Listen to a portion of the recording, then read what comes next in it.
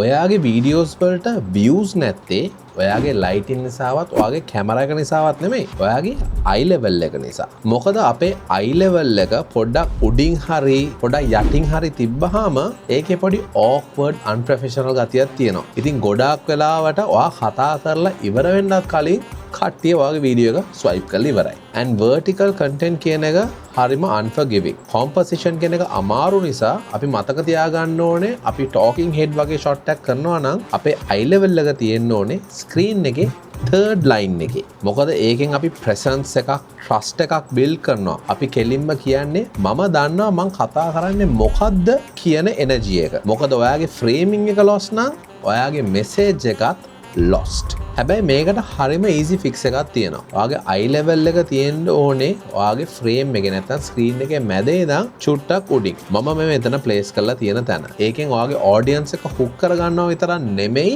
Video එක ඉවර වෙනකම්ම තියාගන්නත් පුළුවන්. ඉතින් මේක ඔයාලට තව ලේසි කරන්න මම free PNG එකක් හදලා තියෙන්නේ and මේක පාවිච්චි කරන්නත් හරිම ලේසි. ඔයාලා වීඩියෝ එක shoot කරගත්තාන් පස්සේ මේ PNG එක overlay එකක් හැටියට දාගෙන ඔයාගේ eye level එක ලස්සනට frame කරගන්න.